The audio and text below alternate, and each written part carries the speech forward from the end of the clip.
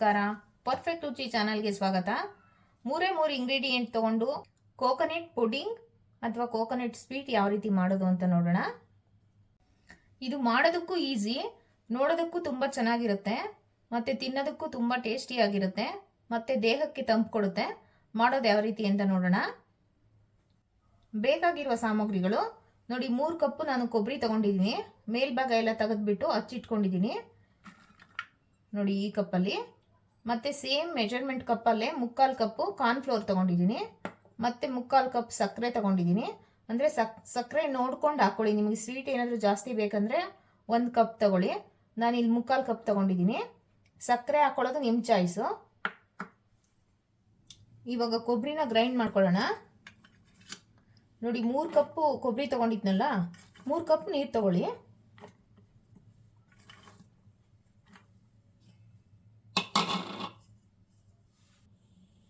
ನೀರು ಹಾಕ್ಕೊತಾ ಇದ್ದೀನಿ ನೋಡಿ. ಇವಾಗ ನೀಟಾಗಿ ಗ್ರೈಂಡ್ ಮಾಡ್ಕೊಳ್ಳೋಣ. ಇದನ್ನು ಗ್ರೈಂಡ್ ಮಾಡ್ಕೊಂಡು ಸೋಸ್ಕೊಳ್ಳೋಣ. ನೋಡಿ ನೀಟಾಗಿ ಗ್ರೈಂಡ್ ಆಗಿದೆ. ಇವಾಗ ಫುಲ್ಲು ನುಣ್ಣಗೆ ಗ್ರೈಂಡ್ ಮಾಡ್ಕೊಂಡಿದ್ದೀನಿ. ಇವಾಗ ಇದನ್ನು ಸೋಸ್ಕೊಳ್ಳೋಣ. ನೀವು ಎಷ್ಟು ಕಾಯಿ ತೊಗೊಂಡಿರ್ತೀರಲ್ಲ, ಸೇಮ್ ಮೆಜರ್ಮೆಂಟಲ್ಲಿ 3 ಕಪ್ ನೀರು 3 ಕಪ್ ಕಾಯಿ ನೀಟಾಗಿ ಗ್ರೈಂಡ್ ಮಾಡಿಕೊಂಡು ಸೋಸ್ಕೊಳ್ಳೋಣ. ಇದು ನೀಟಾಗಿ ಎಲ್ಲ ಇದ್ರದ್ದು ಹಾಲೆಲ್ಲ ತಕ್ಕೊಳ್ಳೋಣ.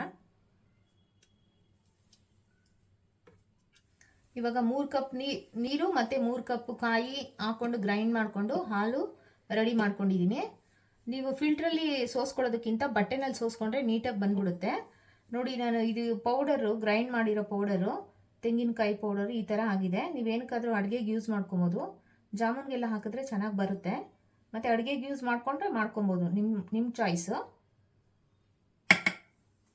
ನೋಡಿ ಇದೇ ಹಾಲನ್ನು ಯೂಸ್ ಮಾಡಿಕೊಂಡು ಕಾರ್ನ್ಫ್ಲೋರ್ ತೊಗೊಂಡಿದ್ನಲ್ಲ, ಅದನ್ನು ಗಂಟಿಲ್ಲದೆ ನೀಟಾಗಿ ಕಲಿಸ್ಕೊಳ್ಳಿ. ಸ್ವಲ್ಪನೂ ಗಂಟಿರಬಾರ್ದು.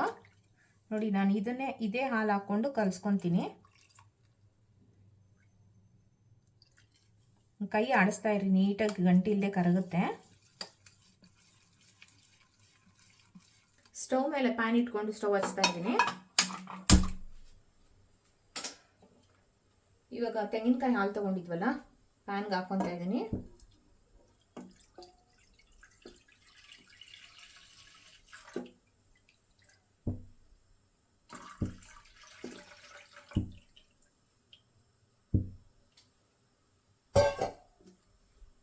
ಇವಾಗ 3/4 ಕಪ್ ಸಕ್ಕರೆ ತೊಗೊಂಡಿದ್ನಲ್ಲ, ಸಕ್ಕರೆ ಹಾಕ್ಕೊತಾ ಇದ್ದೀನಿ. ಒಂದು 5 ನಿಮಿಷ ಇದನ್ನು ಆಡಿಸೋಣ. ಕೈ ಬಿಡದೆ ಆಡಿಸ್ತಾ ಇರಬೇಕು. 5 ನಿಮಿಷ ಆಗಿದೆ ನೋಡಿ. ಕಾರ್ನ್ಫ್ಲೋರ್ ತೊಗೊಂಡಿದ್ನಲ್ಲ, ಕಲಸಿಟ್ಕೊಂಡಿದ್ದ ಕಾರ್ನ್ಫ್ಲೋರ್ನ ಇದಕ್ಕೆ ಆ್ಯಡ್ ಮಾಡ್ಕೊಳ್ಳೋಣ. ಇವಾಗ ನೀವು ಯಾವುದೇ ಕಾರಣಕ್ಕೂ ಕೈ ಬಿಡಬಾರ್ದು, ನೀಟಾಗಿ ಕೈ ಆಡಿಸ್ತಾನೇ ಇರಬೇಕು. ಒಂದು 10 ನಿಮಿಷ ಆಡಿಸ್ತಾನೇ ಇರಬೇಕು.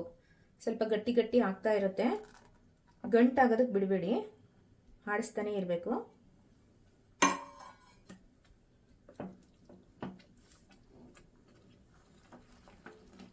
ನೋಡಿ ಗಟ್ಟಿ ಆಗ್ತಾ ಇದೆ.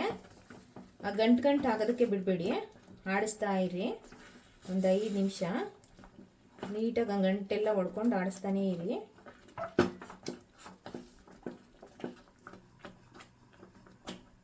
ನೋಡಿ ಇವಾಗ ಕರೆಕ್ಟಾಗಿ ಆಗಿದೆ. ತಳನೂ ಬಿಟ್ಟಿದೆ ನೋಡಿ. ಫುಲ್ಲು ತಳ ಬಿಟ್ಟಿದೆ. ಮತ್ತು ನೋಡಿ, ನಾವು ಹಿಂಗೆ ಮೇಲಿಂದ ಹಾಕಿದ್ರೆ ಈ ಥರ ಬೀಳಬೇಕು. ಇವಾಗ ಕರೆಕ್ಟಾಗಿದೆ. ಸ್ಟವ್ ಆಫ್ ಮಾಡ್ತಾ ಇದ್ದೀನಿ.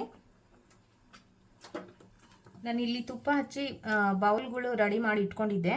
ಇವಾಗ ಅದಕ್ಕೆ ಟ್ರಾನ್ಸ್ಫರ್ ಮಾಡ್ಕೊಳ್ಳೋಣ. ಇದನ್ನು ಇವಾಗ ಟ್ರಾನ್ಸ್ಫರ್ ಮಾಡಿದ್ದೀನಿ ಬೌಲ್ಗಳಿಗೆಲ್ಲ. ಒಂದು 2 ಅವರ್ಸ್ ಇದನ್ನು ಕೂಲ್ ಆಗೋಕ್ಕೆ ಬಿಡೋಣ. 2 ಅವರ್ಸ್ ಆದಮೇಲೆ ಕೂಲ್ ಆಗಿರುತ್ತೆ. ನೋಡಿ ಪ್ಲೇಟ್ಗೆಲ್ಲ ತೆಗ್ದಾಗಿದೆ. ನೋಡಿ ಯಾವ ಥರ ಬರ್ತಿದೆ ಅಂದರೆ ಬಳಸ್ತಾ ಇದೆ ನೋಡಿ.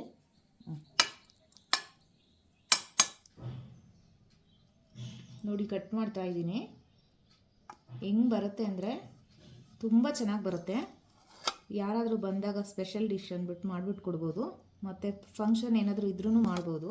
ನೋಡಿ ಎಷ್ಟು ಸಾಫ್ಟಾಗಿ ಬಂದಿದೆ ಅಂದರೆ ನೋಡಿದ್ರೇ ತಿನ್ಬೇಕು ಅನಿಸ್ತಾ ಇದೆ. ತುಂಬ ಚೆನ್ನಾಗಿ ಬಂದಿದೆ. ಒಂದ್ಸಲಿ ಟ್ರೈ ಮಾಡಿ ನೋಡಿ. ಈ ವಿಡಿಯೋ ಇಷ್ಟ ಆಗಿದ್ರೆ ಪ್ಲೀಸ್ ಲೈಕ್ ಮಾಡಿ, ಶೇರ್ ಮಾಡಿ, ಕಮೆಂಟ್ ಮಾಡ್ಕೊಳ್ಳಿ, ಸಬ್ಸ್ಕ್ರೈಬ್ ಮಾಡಿ. Thank you.